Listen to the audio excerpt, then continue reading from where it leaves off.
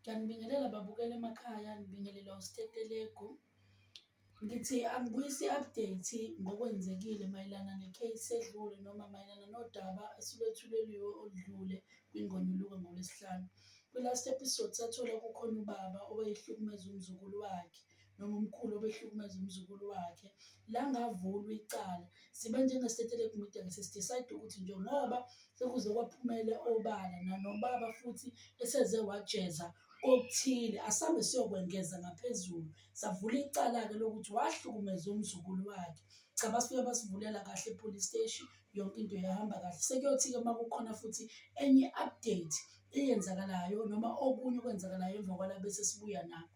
Ngiphinde futhi ngibuyele ngicacise nge-email esuke niyibona kwi-banner. Leya email akusiyo eyokufaka izicelo zomsebenzi. Isitetelegu media asikakabi nawo amandla okwengeza abantu ethimini noma yokuqasha abantu njengamanje. Njengoba nazi nani ukuthi umsebenzi musha usakhula, siqale ngoJulayi ukusebenza kuze kube manje sisebancane kakhulu, siyalwa silwela ukuya phambili.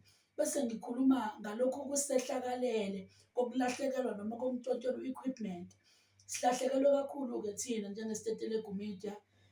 Ngicabanga ukuthi ne-South Africa yonke ngingasho ngithi ilahlekelwe ngoba iy'nkinga zabe yiningi bese kuyithemba lalo lokugcina lolu hlelo ukuthi lungakwazi ukubenza bezwakale nokubapholisa emanxebeni akubona. Silahlekelwe kakhulu-ke, asazi ukuthi le ngcindezi esibhekene nayo njengamanje sizoyilungisa kanjani ukuya phambili ngoba iy'nsiza kusebenza sisenazo zithathiwe. Kodwa-ke siyathemba ukuthi uNkulunkulu namaphoyisa azowenza umsebenzi wabo ukuze sikwazi ukuthola abenzi bayo yonke lento.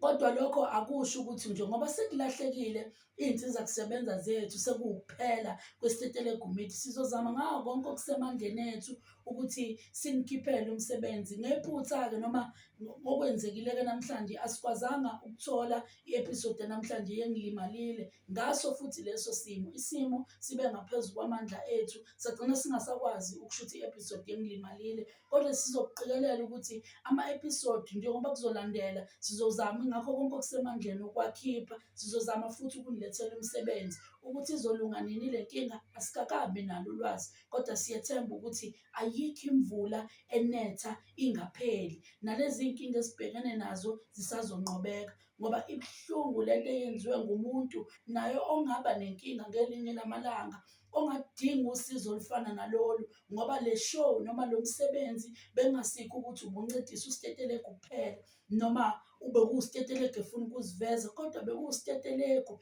eveza izinkinga zabantu, esiza abantu abangakwazanga ukuzisiza bona ngokwabo. Kodwa-ke umuntu omnyama uyohlezi edicilelwa phansi umuntu omnyama.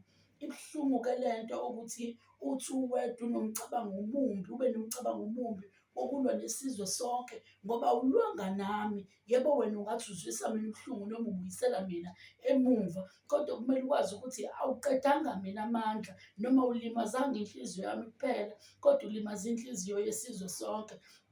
Ngiyethemba ukuthi kuzolunga futhi ngiyakholelwa kakhulu emsebenzini wami ngendlela yokuthi ngizolwa ukuya phambili. Angeke ngize ngivume ukubuyiselwa emumva izinto ey'fana nalezi.